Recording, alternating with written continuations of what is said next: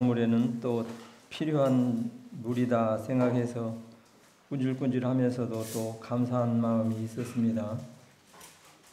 우리 하나님 말씀 이사야서 40장 보시겠습니다.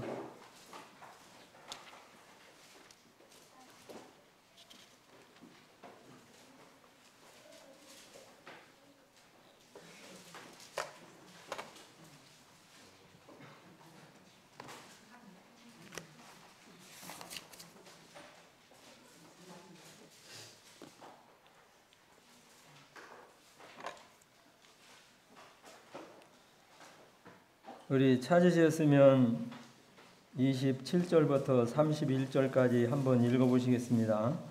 제가 27절 읽고 우리 성도님들은 28절 읽으시고 끝절은 같이 읽으시고, 찾으셨으면 시작. 야곱아 내가 어찌하여 말하며 이스라엘아 내가 어찌하여 이르기를 내 사정은 여호와께 숨겨져 있으며 원통한 것은 내 하나님에게 수리함을 받지 못한다 하느냐. 너는 알지 못하느냐 듣지 못하였느냐.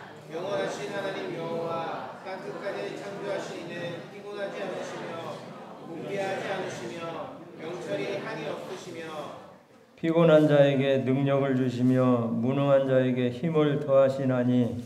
소년이라도 피곤하며 궁비하며 장정이라도 넘어지며 쓰러지되 오직 여호와를 앙망하는 자는 새 힘을 얻으니 독수리에 날개 치며 올라가는 같을 것이요 다른 지하에도 곤비지 아니하겠고 걸어가도 피곤치 아니하리라. 41절까지 31절까지 보게 됐습니다. 안경을 쓰시고 이렇게 생활하시는 분들을 참 보면서 여러 가지로 또 뭐 햇빛을 피해서 이렇게 눈의 반사를 위해서 쓰신 분도 있으시고 그렇게 했습니다만, 일상에 쓰시는 분들은 참 불편함이 많으시겠다 하는 생각이 들어지게 됩니다. 제가 다른 것은 몰라도 눈은 그런 대로 이렇게 얼마 전까지 참 좋았었습니다. 그래서 멀리 있는 글씨는 아주 잘 보이고 또 가까이 있는 글씨도 그런 대로 이렇게 아주 작은 글씨 아니고는 다 보는 이런 편리함이 있어서 안경에 도움 없이 살아가는 것이 참 감사했었는데, 지금은 이렇게 멀리 있는 건 그런 대로 보이는데 좀 작은 글씨 가까이 있는 것은 잘 보이지 않기 때문에 이렇게 안경에 도움을 입어야 된다 하는 참 마음을 가지면서 이렇게 안경을 준비해서 쓰고 다니는데, 참 이 매일 이렇게 24시간 안경을 필요로 해서 쓰시는 분들은 참 힘들겠습니다. 그러나 이 안경을 통해서 또 감사한 이런 마음이 있습니다. 왜 작은 것도 볼 수가 있고, 미국의 어떤 대통령은 이렇게 안경을 쓰고 다니는 것이 이렇게 생각이 납니다. 그래서 대통령이 참 여러 가지로 이렇게 분주한 가운데 있을 때에 제일 챙겨야 되는 것이 안경인데, 안경을 가지고 쓰다 보면 이동할 때 여러 가지로 주의사항이 많이 있는데 꼭 안경을 밖에서도 써야 되는 이런 그 번거로움이 있었어요. 그러나 안경이 참 없이 눈이 보배라고 앞에 참 시력이 안 좋으신 분들은 아주 불편하면서도 안경을 참 도움을 입지 않으면 안 되는 것인데, 그런데 어느 그 나쁜 이런 그 대통령을 향한 이런 나쁜 마음을 가진 사람이 이렇게 그 총을 향해서 그 대통령을 암살시키려고 이렇게 탁 머리를 향해서 쐈는데, 공교롭게도 이 안경의 그 실탄이 옆에로 맞으면서 이렇게 그 사람이 이렇게 타박상을 입게 됐습니다. 그래서 이제 안경을 그 실탄을 맞는 동시에 이렇게 쓰러져서 이제 대통령이 죽었구나, 큰일 났구나, 통수권자가 죽었으니 이제 난리가 났구나 하면서 그냥 바로 그 대통령의 쓰러진 자리에 비서들이 와가지고 이렇게 세웠는데, 공교롭게도 충격을 받아서 넘어지긴 했는데 그 안경이 무슨 특수 안경인지 뭔지는 모르겠습니다만 실탄이 비껴가면서 놀래기는 해서 쓰러지기는 했었는데 죽지는 않았어요. 다행히도. 그래서 늘 거추장스럽게 여기고 불편해하던 그 안경을 이제 참 어떻게 보면 이게 내 방탄이 된 이 생명의 보호자와 같은 이런 안경이 되었다는 것을 인식을 하고 이 거추장스럽고 늘 이렇게 썼다 벗었다 어떤 때 땀이 나게 되면 이렇게 그 시야가 잘 안 보이는 이런 겨울철 같은데 하면서 짜증스럽게 속으로 이렇게 느꼈었던 그런 마음이 이제 바뀌었어요. 그래서 그 후로는 이 안경이 눈에 보이기엔 도움이기도 하지만 보물따찌와 같이 잘 챙겨서 쓰면서 이렇게 속으로 불평하지 않으면서 관리를 하고 세상을 살았다 하는 얘기가 어떤 기사에서 본 적이 있었습니다. 이사야서 40장 오늘 읽은 말씀에 보면 이스라엘 백성들이 이렇게 1장에서 39장에 보게 되면 많은 하나님 앞에서 넘어지고 실패하고 불평하는 것을 보게 됩니다.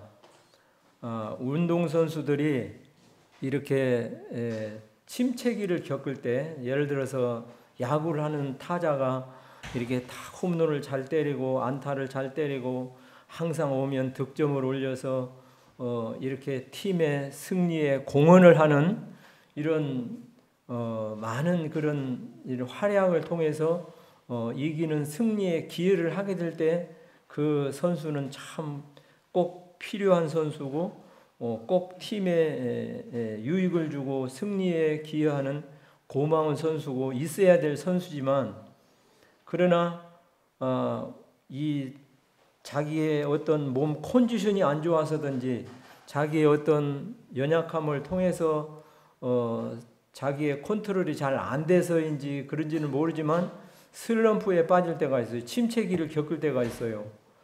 그런데 그때는 굉장히 낙심을 하게 되고 굉장히 본인의 마음이 무겁습니다. 그러나 그 선수가 그렇게 그 슬럼프에 계속 있으면 본인이 힘드는 거예요. 그래서 그 슬럼프에 그 침체기를 슬럼프라고 하는데 그 침체기에서 이렇게 빨리 빠져나와서 이렇게 정상적인 활약을 잘 하는 것이 이 팀에 대한 공헌일 뿐만 아니라 자기가 사는 길이라고 하는 것을 운동선수들은 알기 때문에 그냥 길을 써서 열심히 하는 것을 보게 됩니다.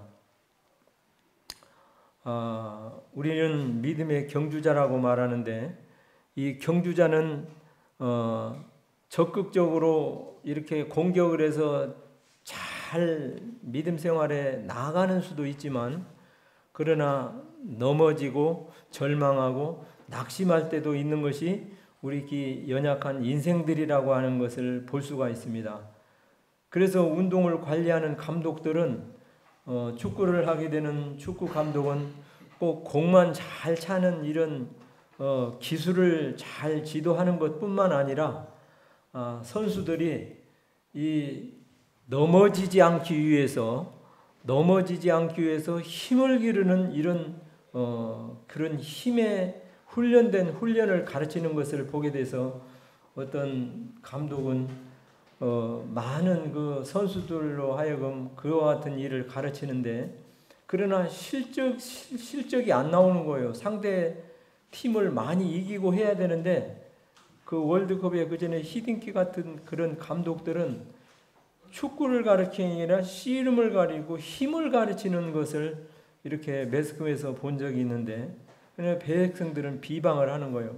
저 사람 씨름을 가르치느냐 레슬링을 가르치느냐 축구를 가르쳐서 잘 이기게 하기 위한 감독이 돼야 되는데 감독을 잘 못 선정한 게 아니냐 하면서 많은 이런 그 놀려대는 비난의 소리가 있었던 것을 보게 되는데, 우리 인생이 원치 않는 자리에서 넘어지기도 하고 또 절망하기도 하고 또 이렇게 많은 낙심을 하는 것이 사람의 우리 세상 살아가는 우리의 연약함이라는 것을 말씀하고 있습니다. 그러나 넘어지지 않을 수가 없는 것이 인생살이지만, 넘어진 자리에서 넘어져 있는 대로 낙심만 하고 있다면 한 걸음도 더 진전할 수가 없는 것이 이렇게 먼 길을 가는 이런 사람의 걸음걸이라는 것을 보게 될 때, 세상 만사가 내 뜻대로 다 되지는 않겠습니다만, 그러나 넘어져 있어도 침체기에 있다가 할지라도, 우리가 절망하고 있다고 할지라도 하나님께서 하시는 말씀을 귀 기울이면서 믿음으로 다시금 일어나서 전진하는 우리 성도님들이 되셔야 되겠습니다.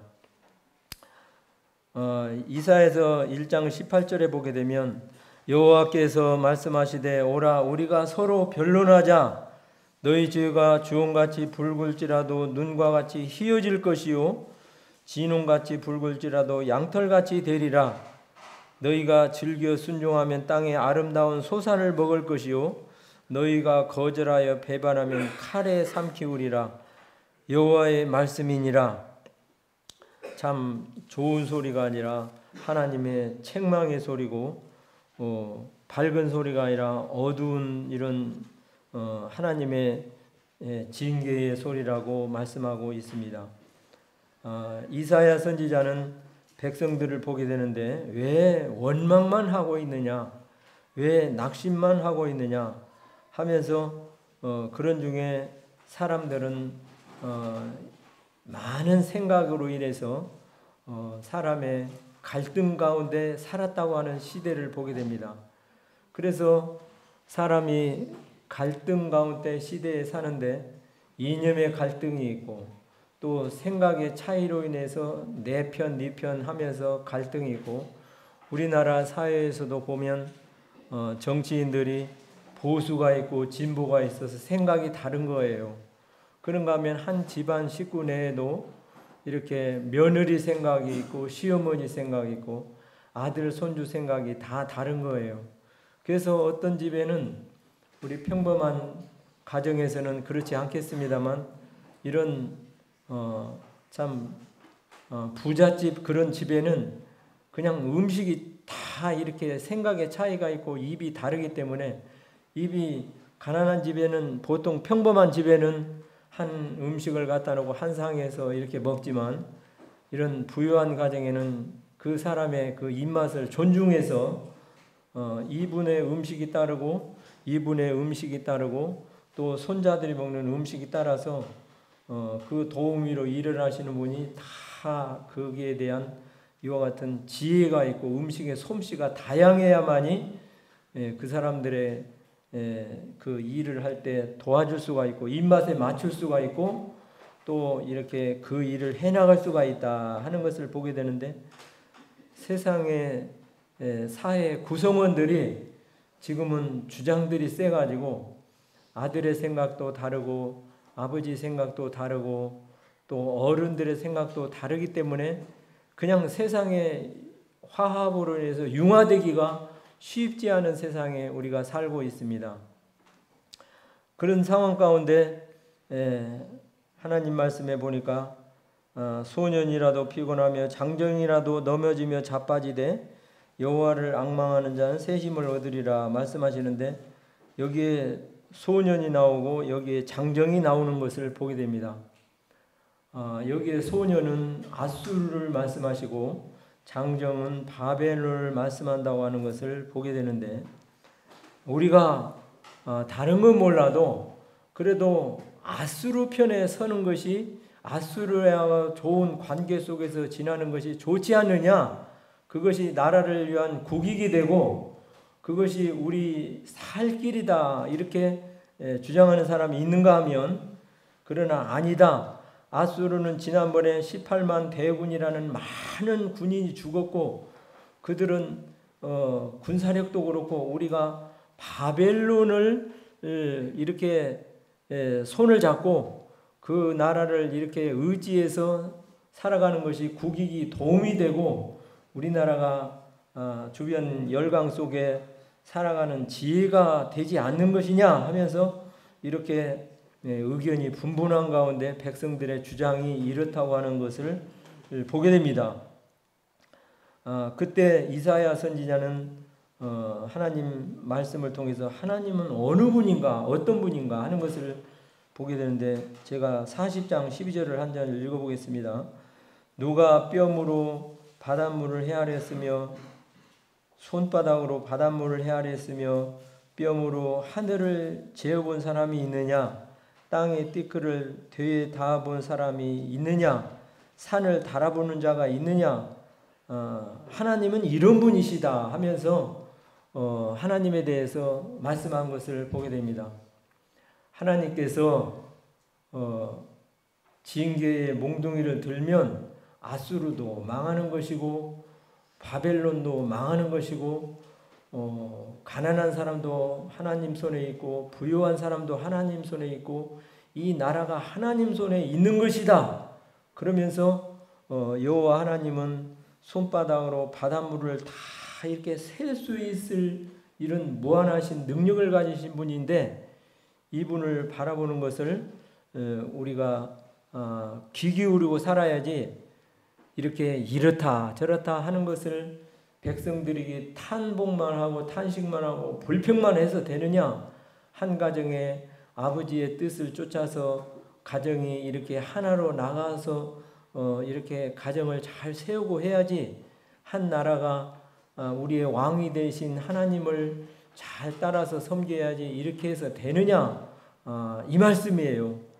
그런데 백성들은 그렇지를 않는 거예요. 각기 주장이 다르기 때문에.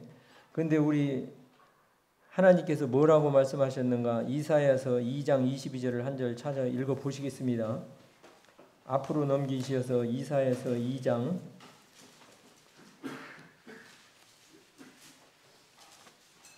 우리 바나바가 제일 빨리 찾은 것 같은데 2장 22절 한번 읽어 보시겠어요? 너희는 인생을 의지하지 말라. 그의 호흡은 코에 있나니 생활 가치가 어디냐. 너희는 인생을 의지하지 말라고 하나님 말씀하십니다. 그의 호흡은 코에 있나니 수에 칠 가치가 어디 있느냐?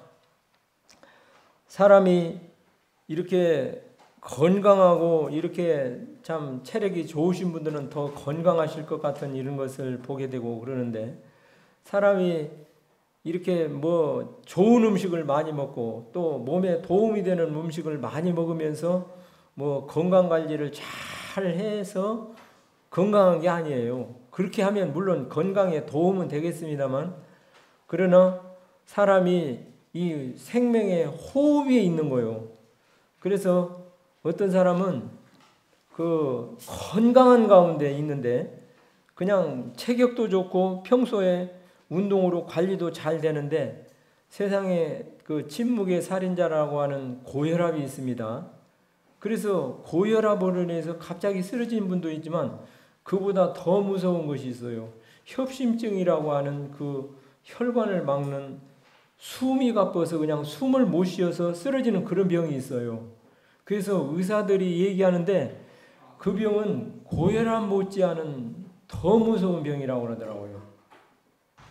그래서 우리 인생이 다른 아무리 관리를 잘 하는 것이 중요하고 건강에 도움이 되겠습니다만 이 호흡이 딱 멈추는 순간 그냥 인생의 그 삶이 수도비 되는 거예요.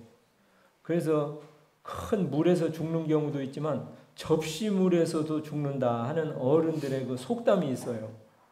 그 숨 딱 순간 끊겨버리면 그냥 죽는 거예요. 그래서 하나님께서 2장 22절에 너희는 인생을 의지하지 말아라. 인생의 그 아무리 그 건강하고 너희들 보기에 좋은 것 같이 그 사람이 튼튼해 보이더라도 숨이 끊어지는 순간, 숨이 막히는 순간 수에 칠 가치가 없는 것이 인생이다. 도울 힘이 없는 인생들을 의지하지 말아라. 그렇게 말씀하시기는 하나님 말씀하셨습니다만 백성들의 귀 기울이면서 귀담아 들었는지 모르겠어요. 이와 같이 하나님께서 이런 분이라고 하는 것을 말씀하고 계십니다. 언젠가 우리나라의 해방을 지나고 6.25를 겪으면서 나라의 굉장히 어려운 시기를 보는데 박 대통령이 정권을 잡으면서 우리나라 경제를 일으키기 위해서 미국으로 돈을 빌리러 가는 걸 보게 된 적이 있었습니다. 그런데 미국에서 돈을 안 빌려줘요. 너 군사정권으로 정권을 잡았지 않느냐? 군대로 너 돌아가서 지휘관을 하고 우리가 너까지 끌어내리지는 않으려니까 대통령 자리에서 내려오고 민주정치를 해라. 그러면서 돈을 안 빌려주는 거예요. 그래서 돈을 못 빌려왔어요. 그런데 다시 어디로 가느냐면 독일을 생각하는데 독일에 통역을 할 사람이 없어요. 근데 그때 당시로 독일에 처음으로 유학을 간 한 남학생이 있었는데 이 학생이 이제 독일 유학을 갔다 1년을 공부를 하고 이제 한국에 와서 병역을 치르기 위해서 군대를 가서 1등병 짝대기 2개를 달고 근무하는 이 근무병이었는데 안기부에서 이 군인을 데려다가 우리가 이렇게 독일을 갈 것인데 너 군대 생활 이제 그만하고 우리의 동행자가 돼서 독일로 가서 우리 통역관이 되라. 수소문해서 이 학생을 이렇게 찾았는데 이 학생을 데리고 이제 박 대통령과 함께 이 독일에 차관 돈을 빌리러 가는 거예요. 근데 그때 당시 그 시대에 독일에 우리 한국 사람들이 간 근로자가 있었는데 광부들하고 간호사 이 외국에 돈 벌러 갔던 사람들이 있었어요. 근데 독일 정부에 돈을 빌리러 가니까 우리 이렇게 어디에 대통령이 간다 이런 거 하면 그 시대도 다 이렇게 발표를 했어요. 우리나라에요. 근데 미국 정부에서 그 소식을 듣고 독일 수상에게 총리에게 너희 한국에서 돈 빌리려면 절대 차관을 빌려주지 말아라. 압력을 넣었어요. 그래서 이제 그 독일에 갔는데 그 독일 수상하고 총리하고 만났습니다만 돈을 안 빌려주는 거예요. 그게 이제 낙심을 하고 돈을 못 빌리니까 이제 참 힘이 들어도 손에 돈을 쥐면 앞으로 어떤 나라의 일을 위해서 할 방책을 세우면서 기쁨이 되고 힘이 나고 이런 의욕이 생기는데 이제 참 돈도 못 빌리고 이런 가운데 측은히 이렇게 하는데 이제 그냥 올 수가 없어서 근로자들을 위로하기 위해서 거기에 광산에 가서 간호원들하고 함께 하는 그런 자리가 있었는데 거기에 독일 총리가 따라간 거예요. 그런데 한국 사람들을 이렇게 이제 수소문해서 이 사람들의 동태를 파악하면서 독일 정부에서는 근로자로 데려다 쓰면서 그 여러 나라 사람들에 대한 성향을 파악을 하게 되는데 그런데 거기에 가서 이제 처음에 가졌던 일이 뭐냐면 대통령이 왔다니까 그래도 우리 참 그 흙 묻은 광부의 옷을 입고 뭐 이렇게 우리같이 이렇게 넥타이 메고 만났겠습니까? 그냥 추레한 모습이지만 대통령이 모이라고 했어. 아니 모이게 되는 모임의 자리에서 모여서 뭘 하냐면 애국가를 불렀어요. 동해물과 백두산이 마르고 닳다로 하나님이 보아서 우리나라 맞아요 하면서 애국가를 불렀는데 그 우리가 한국에 살 때는 한국의 고마운 마음을 모르는데 외국에 가면 저절로 애국자가 된다고 나 어디서 사느냐 나 북한에서 왔다 그러면 어떻게 생각할지 모르지만 나 한국에서 왔다 그래서 한국 사람이 한국 사람을 만나면 기쁜 거예요. 그리고 한국이라는 나라가 잘 되는 것이 외국에 나왔을 때 이 한국 사람들의 긍지와 보는 눈이 다른 거예요. 그 전에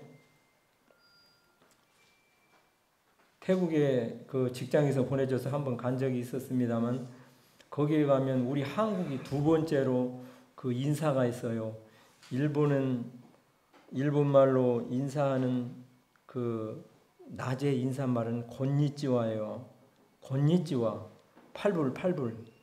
그 다음에 안녕하세요 8불. 그 다음에 또 어떤 나라인데 그만큼 우리나라 위상이 이 88을 올림픽을 치르면서 위상이 높아지고 우리나라 이렇게 애국에서 참 가고 싶은 나라 한국이라고 이렇게 말한다는 소리를 들었습니다. 그러면 우리는 한국에 이런 사는 국민으로서 긍지가 있고 기쁨이 있고 그래야 되는데 애국에서는 한국을 못 가서 가는데 우리는 정말 더 기쁨 가운데 살아야 되는데 신앙으로 그렇지 못할 때가 있는 것이 우리 연약한 인생이라는 거예요. 그래서 독일의 그 대통령을 만난 그 국민들이 그 우리나라 국민들이 간호원하고 그 근로자 광부들이 만나서 애국가를 부르면서 그냥 저절로 모르게 그냥 울음이 터트려지면서 막 우는 거예요. 울음바다가 됐다고 하는 것을 이렇게 본 적이 있습니다. 그 통역관도 얘기하고 언젠가 극동방송에서도 또 그 방송을 들은 적이 있는데 그런데 대통령도 이제 같이 우는 거예요. 옆에서 유유상종이라고 여러 옆에서 그냥 아주 서름에 복받치고 괜히 마음이 이렇게 숙연해지는 것이 동정의 마음으로 그런 게 있잖아요. 그래서 같이 이제 이렇게 그 교민들하고 또 광부들 간호원들하고 이렇게 함간자리에서 울고 그랬는데 거기서 이제 독일 수상이 그동안 정보를 들었는데 뭐라고 들었냐면 한국 사람들은 간호원들은 광부들도 일을 열심히 하는 사람들이고 또 이 간호원들은 처음에 가서 간호원들이 뭔 일이냐면 죽은 사람 시신을 약으로 닦는 일을 했다고 하는 것을 들은 적이 있어요. 근데 그 일을 지성으로 하면서 죽은 사람을 그렇게 지성으로 하는데 살아있는 이런 사람들도 정성을 지극정성으로 해서 아주 한국 사람들은 착실하다. 그것을 인정을 받아가지고 독일 그 정부에서 그 관리자들이 한국 사람들을 좋게 보는 그런 면이 있었어요. 그러면서 그런 것을 이제 참고적으로는 듣기는 했습니다만 그걸 보면서 막 이렇게 울음을 터뜨리고 하는 걸 보면서 그 마음이 독일 그 수상도 바꾸고 정부에서 마음이 바뀐 거예요. 그러면서 이제 또 교민이 많지는 않았습니다만 교민이 무엇을 했느냐면 우리나라에서 이렇게 가는 것을 거기서 활동하는 것을 또 무슨 목적으로 온 것을 알면서 하나님 앞에 기도했는데 그렇게 하나님 앞에 간절히 기도를 했대요. 그 시대에 사는 그 교민들의 얘기가. 그래서 하나님 꼭 이 필요로 하는 돈을 빌려주게 해 주시라고 그렇게 간절히 기도를 하는데 처음에도 안 되고 두 번째도 한다고 나중에 이제 그 동포들이 같이 울면서 그렇게 막 애국가를 부르고 하는 걸 보면서 나중에 이제 마음이 바뀌어서 눈물로 그 대통령의 그 눈을 닦아주면서 등어리를 때리면서 내가 빌려준다 약속을 한 거예요. 마음이 바뀌어가지고 그게 그냥 어떤 그걸로 된 게 아니고 하나님 앞에 간절히 기도했었던 국민들의 그 기도가 그 사람을 움직였다. 그것을 생각하게 되는 겁니다. 그래서 이렇게 안 되는 일에서 되게 하는 것이 하나님 앞에 기도하는 것이라고 하는 것을 다시 한번 생각하게 되고 그거로 이제 돈을 빌려와서 이제 경공업에 우리나라가 손을 댔잖아요. 그래서 지금도 생각이 남는 경제개발 5개년 계획. 그래서 5년 동안 계획을 세우는 거예요. 그래서 나라에나 교회나 가정이나 우리 개인의 삶에 있어도 계획을 세워서 이렇게 삶을 발전시키는 것이 중요하다 생각하는데 타성에 젖어서 살 때가 많이 있어요. 아유 뭐 그냥 오늘 일어났으니까 밥 한 그릇 먹고 그냥 오늘 그렇게 살고, 그렇게 살면 안 되는데. 근데 이스라엘 백성들이 낙심하고 절망하고 그렇습니다만, 그러나 그것이 다가 아니고 우리 여호와 하나님을 바라보는 것이 지혜고 우리에게 가르쳐 주시는 하나님의 교훈이라는 것을 다시 한번 생각을 하게 됩니다. 하나님 말씀, 여호와를 앙망하는 자는 새 힘을 얻는다고 말씀하셨습니다. 어떻게 새 힘을 얻게 됩니까? 어떤 찬송에 보니까 몸도 마음다 연약하나 새 힘받아 살았네 하는 그런 찬송을 듣게 되는데, 하나님 앞에 우리가 새 소망이 없다고 하면 그냥 그렇게 살다 그렇게 인생살이가 끝나는 거예요. 그러나 그게 지혜가 아니라고 하는 사실입니다. 우리 각인에게 소망이 있어요. 풀과 나무들이 이렇게 봄이 되면 땅에서 올라와서 태양을 향해서 뻗어 올라가면서 자라는 것을 보게 됩니다. 그래서 태양을 보고 자라다가 열매를 맺듯이 우리 믿음이 삶이 하나님을 향해서 믿음으로 하나님을 바라보는 것이 우리가 하나님께서 가르쳐 주신 교훈이고 우리에게 부탁하는 하나님의 말씀인데, 너무나 땅을 보고 사는 것이 우리의 삶이 아닌가 하는 생각을 보게 돼요.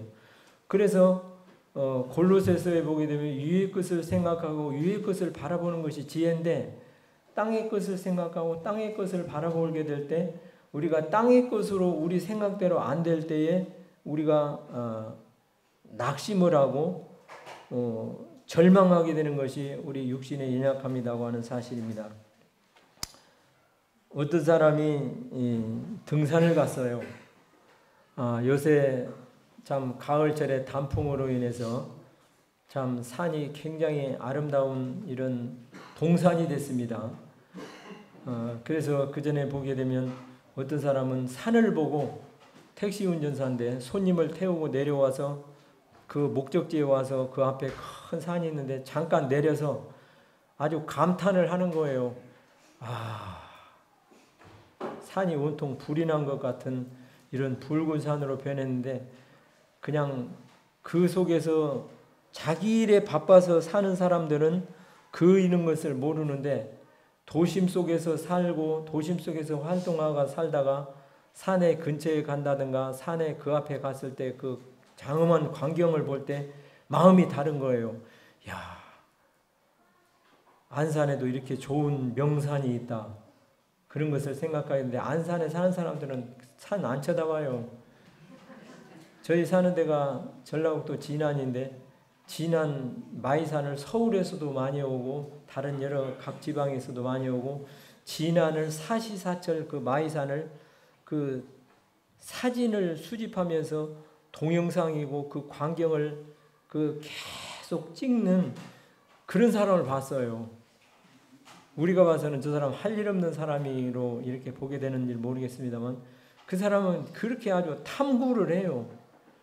그 우리가 사는 이 안산에는 산들로 우겨싸 있고 또 조금 더 나가면 바다가 있고, 우리가 아주 다른 말로 하면 명승지에 사는 거예요. 기뻐하십시다. 그래서 젊은이가 이 등산을 올라가는데, 길을 그 산에 잘 아는 사람 같으면 길의 방향을 잘못 갔다 할지라도, 산이 우거졌다 할지라도 길을 잘 알 수가 있는데, 그 산으로 올라와서 다른 목적지로 향해서 가려고 하는데, 자기가 생각같이 산에 올라와서 보고 아주 그냥 큰 산이다 보니까 이리저리 이렇게 그 숲이 우거진 곳을 피해서 그냥 이리 올라가고 저리 올라가고 하다 보니까 길을 잃었어요. 밑에서 보면 산이 굉장히 그냥 이렇게 찾아가면 쉬울 것 같아도 산 속에 들어가서 큰 울창한 나무가 있으면 아는 그 길 같으면 찾아서 다닐 수가 있겠습니다만, 한참 올라가다 보면 그냥 길을 모르면 당황하는 거예요.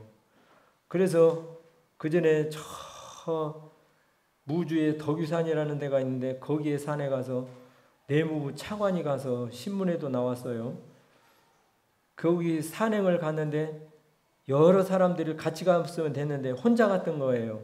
그래서 산에 가서 지치고 산에 가서 길을 잃으면 찾아올 길이 없어요.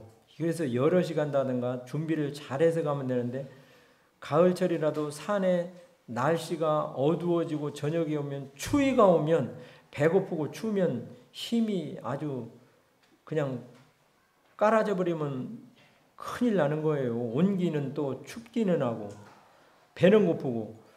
그런데 이 사람도 이제 큰일 났다 싶어서 올라가다가 그 우창한 숲에서 이제 허겁지겁 이리 갔다 저리 갔다 하는 동시에 길을 잃어서 이제 막 무조건 밑으로만 내려오는데 그 산을 같이 가던 어떤 사람이 있었는데 이 사람이 옆에서 위를 향해서 올라가는 거예요.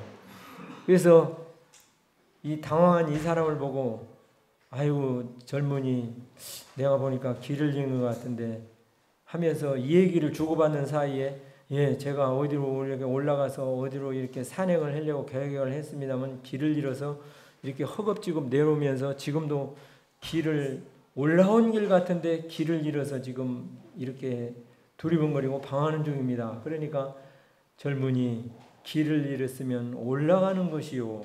저 위로 올라가다 보면 저 아래 방향을 보일 것이고 그리고 저 위에 올라가다 보면 그 길이 나올 것이요 하면서 그 젊은 사람의 그 방향을 잘 말해 주어서 이 사람이 길을 찾아서 이렇게 이제 올라가게 됐습니다. 우리 신앙이 이렇게 내 생각대로 당황되고 내 생각대로 나는 왜 이렇게 되는 일이 없는가 또 나는 이렇게 왜 이렇게 질병으로 인해서 어려움을 겪는가 많은 원치 않는 이런 일들이 우리 이 먼 길을 가는 우리 인생에게 이렇게 비껴갈 수가 없는 거예요. 1년 360일이 항상 좋은 날씨만 있는 것이 아니라고 하는 사실입니다. 먼 길을 가다 보면 산도 있고 길도 있고 또 냇물도 있고 우리가 학교 다닐 때 보면 그냥 겨울철에 가는 길에는 좋은 길도 있지만 질퍽질퍽한 이런 흙이 젖은 이런 길이 있는데 겨울에 그런 길은 아주 춥기는 하고 꽁꽁 얼어버리면 괜찮은데 아주 추우면서도 얼지 않는 그런 땅을 지나가다 지금은 그런 신을 귀하기가 힘든데 검정고무신 신고 가다 보면 빠지면 아주 그냥 아주 낭패예요. 근데 어떤 집에는 장화를 사줬어요. 장화를 그냥 성큼성큼 가는데 어떻게나 부러운지 지금도 그 장화를 보면 그런 생각이 문득 날 때가 있습니다. 그래서 우리 인생이 이렇게 어떤 어려움 오고 당황되는 일을 만났을 때 위로 올라가는 거예요. 하나님 앞에 나아가는 것이라고 하는 사실입니다. 그래서 하나님 앞에 나아갈 때 올라가서 보게 되면 우리 가야 할 길이 보이고 우리가 두리번거리며 찾던 그 방향이 하나님께서 보여주시고 가르쳐 주신다고 하는 것을 교훈으로 보게 됩니다. 세상이 어렵게 되어질수록 우리가 믿음으로 하나님 앞에 믿음을 키우고 하나님을 의지하며 살아야 되겠습니다. 여기에 악망이라고 하는 뜻은 31절에 보니까 악망이라고 하는 뜻은 바라본다 하는 뜻이 있습니다. 그 시작이 참 재미있는 얘기가 있는데 새끼 새들이 어미 집에서 이렇게 배가 고파서 웅크리고 이라고 참 있습니다. 우리 어미의 새끼 새들을 보게 되면 막 그 털도 안 나고 눈도 감고 있고 또 조금 크면 눈을 떴지만 아직 날지는 못하고 털도 나는 중에 있고 그런 그 동물의 세계 같은 데서 보게 되는데 그 새들이 이렇게 배가 고파서 쭈그리고 있다가 어미새가 입에 먹이를 물고 와서 이렇게 새끼들 앞에 나타날 때 막 이렇게 그 새끼 새들이 그 노란 입을 벌려서 그 어미새에게 먹이를 달라고 막 소리를 지르는 거예요. 그게 악망이라고 하는 뜻이에요. 어원이 거기서부터 시작이 됐다고 하는 거예요. 시작이. 그래서 새끼들이 막 어미새에게 막 그냥 이리 달라 저리 달라 이 새끼가 달라 옆에 있는 이 새끼가 달라 그렇게 막 입을 서로 갖다 어미한테 대는데 그게 악망이라고 하는 거예요. 그래서 우리 인생살이가 어려운 일이 있을수록 힘드는 일이 있을수록 나 혼자의 힘으로 할 수가 없다고 생각할 때에 하나님 앞에 입을 열고 하나님 앞에 기도 소리를 높여서 하나님 앞에 하나님 내 문제가 이렇습니다. 하나님 내 우리 집안의 자녀들의 건강이 이렇습니다. 진로가 이렇습니다. 내 앞에 이 방향이 이렇습니다 하면서 하나님 앞에 간절히 애쓰고 몸부림하면서 입을 벌려 구하는 것이 악망이라고 하는 사실이에요.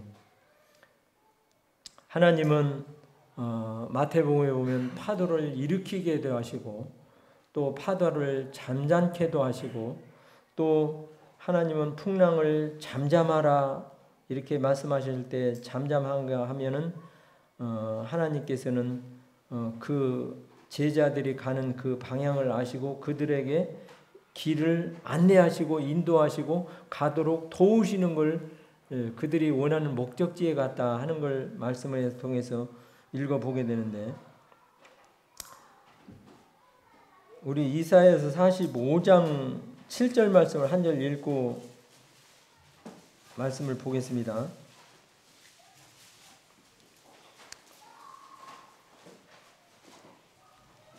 찾으셨으면 우리 한 목소리로 읽어보십시다. 시작. 나는 빛도 짓고 어둠도 창조하며 나는 평안도 짓고 환란도 창조하노니 나는 여호와라 이 모든 행하는 자라 하였노라.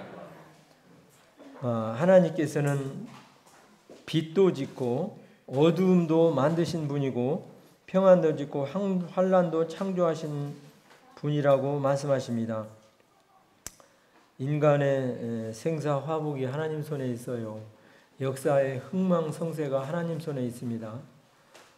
하늘도 하나님 손에 있고 땅도 주의 것이라고 시편에 말씀하고 있습니다.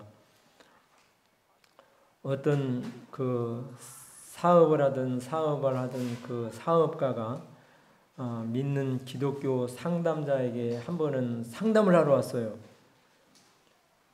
상담자에게 와서 사업을 하다 실패한 자기의 그 얘기를 다 말하고 끝에 와서 하는 얘기가 죽고 싶은 마음뿐입니다 하면서 그냥 넋두리를 하면서 자신의 하소연을 하는지 상담을 하는지 그냥 아주 그 곤경 가운데 처해 있는 그 모든 얘기를 하면서 이게 그냥 쭉 늘어져서 어떻게 할 줄을 모르겠습니다. 한 가운데 있었습니다.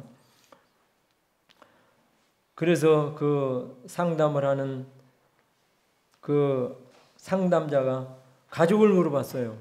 가족이 있습니까? 그러니까 애들은 둘인데 또 부인은 집에서 있는데 내 기울어진 가세가 기울어진 이 사업을 보고 그냥 낙심해서 그냥 이렇게 울고 있고 또 신앙을 가졌다고 교회는 다닌다고 다니는데 사업 핑계로 인해서 빠지고 사업은 어려우니까 관심은 멀어지고 아주 그냥 죽고만 싶은 심정이고 자기네 그 형편과 사정을 푸념인지 하소인지 하면서 그냥 억울한 사정을 어려운 사정을 다 얘기를 하는 거예요. 그게 뭐 도움이 돼야 말이지.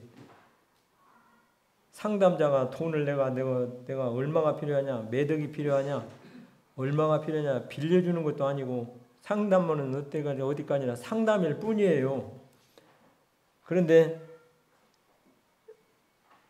다른 것은 다 줄 것이 없고 하나님 말씀을 읽어줬습니다. 우리 요한복음 15장 한 절 찾아서 읽어보시겠습니다.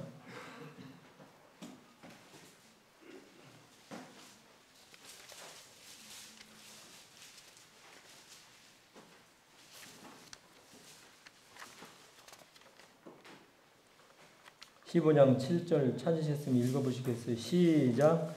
너희가 내 안에 거하고 내 말이 너희 안에 거하며 무엇이든지 원하는 대로 구하라. 그리하면 이루리라. 지금부터는 당신은 이렇게 없는 재물을 붙잡아서 소용이 없습니다. 남아 있는 것을 가지고 이렇게 하나님 앞에 나가야 되겠습니다. 남아있는 게 뭐가 없어요? 돈이 없어요. 사업에 가세가 기울어져 가지고 돈이 없어요. 그런데 하나님 말씀에 너희가 내 안에 거하고 내 말이 너희 안에 거하면 무엇이든지 원하는 대로 구하라. 이 말씀을 주시면서 우리가 하나님의 안에 있고 하나님 안에 있고 하나님 말씀이 내 안에 있으면 무엇이든지 원하는 대로 구하라. 이것이 내 말이 아니고 하나님의 약속의 말씀이다 하면서 당신은 이 하나님의 약속의 말씀을 붙잡고 당신은 하나님을 의지하고 부르짖고 나아가게 될 때 당신은 다시 일어설 것입니다. 다시 승리하게 될 것입니다. 다시 성공하게 될 것입니다. 이 약속의 말씀을 받아가지고 왔어요.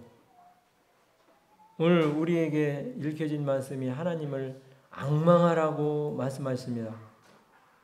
우리 가정사를 다 알 수가 없는 거예요. 우리 신앙의 상태를 다 알 수가 없습니다.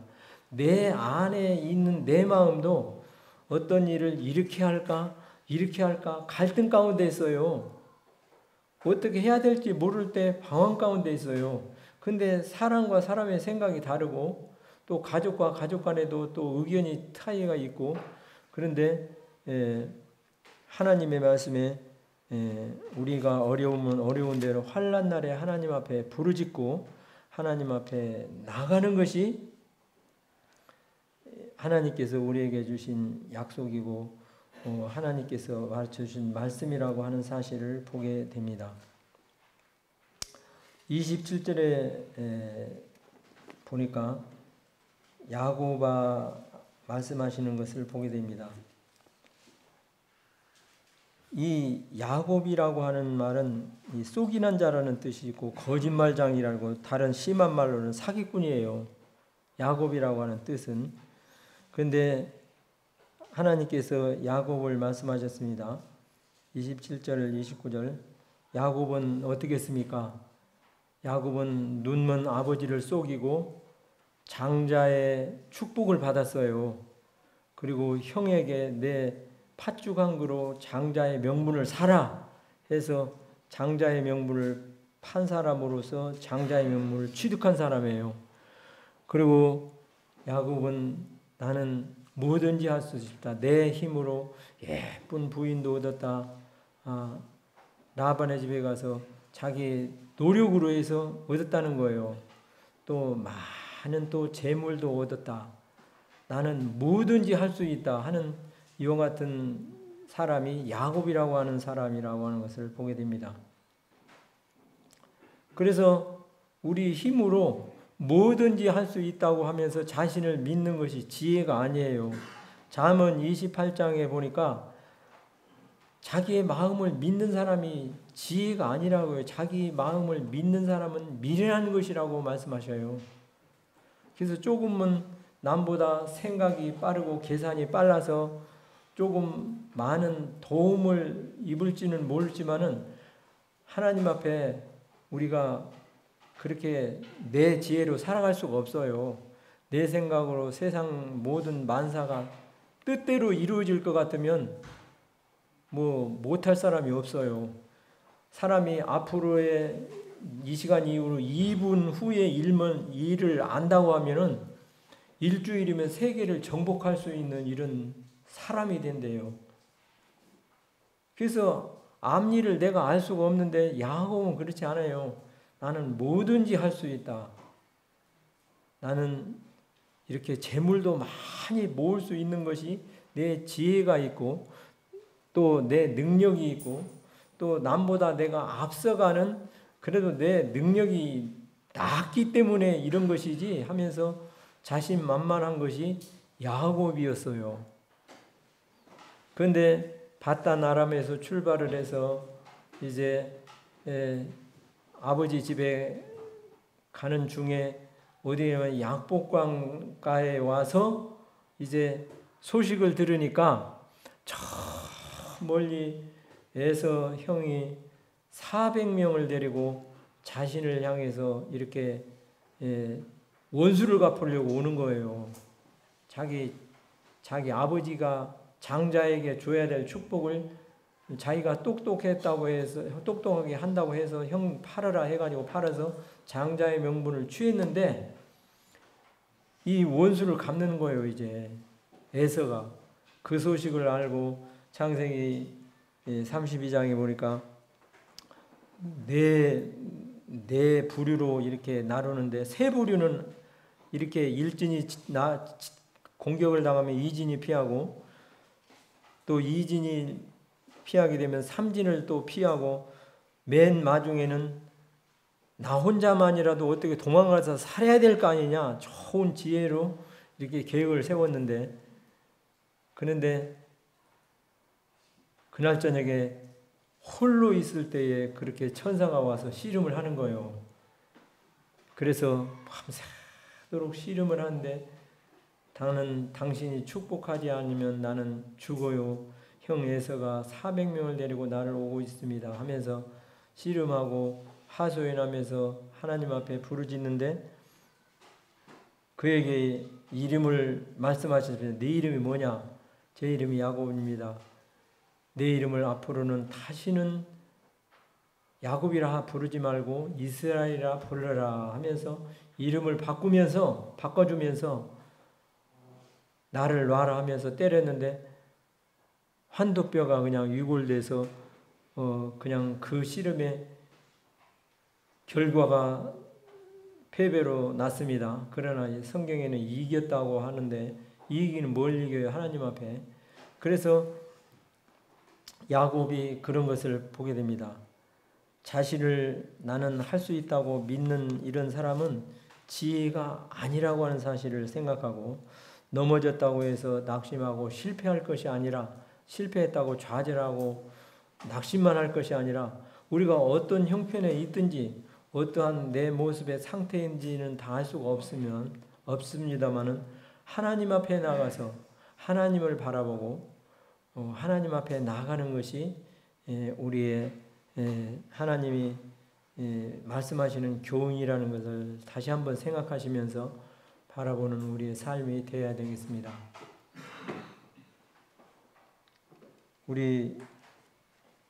제가 그냥 읽고 마치겠습니다. 히브리서 13장에 나오는데 그가 친히 말씀하시기를 내가 과연 너희를 버리지 아니하시고 과연 너희를 떠나지 아니하리라 하는 말씀이 있습니다. 하나님께서 야곱과 같은 사기꾼도 그렇게 험악한 세월을 살아갔지만은 하나님이 축복하셔서 여호와를 앙망하는 자는 새 힘을 받고 사는 것이다 말씀하셨던 그 하나님께서 오늘날에 사는 우리 시대 가운데 우리들에게도 여호와를 앙망하는 자는 낙심하고 절망하고 좌절하고 있는 형편이다 할지라도 새 힘을 얻는 것이 우리에게 가르쳐준 교훈으로 주는 삶이다 하는 것을 믿음으로 바라보면서 한 주간도 주님 안에서 모든 성도님들이 승리하시는 모든 분들이 되시기를 바라는 마음이 있습니다. 이상입니다.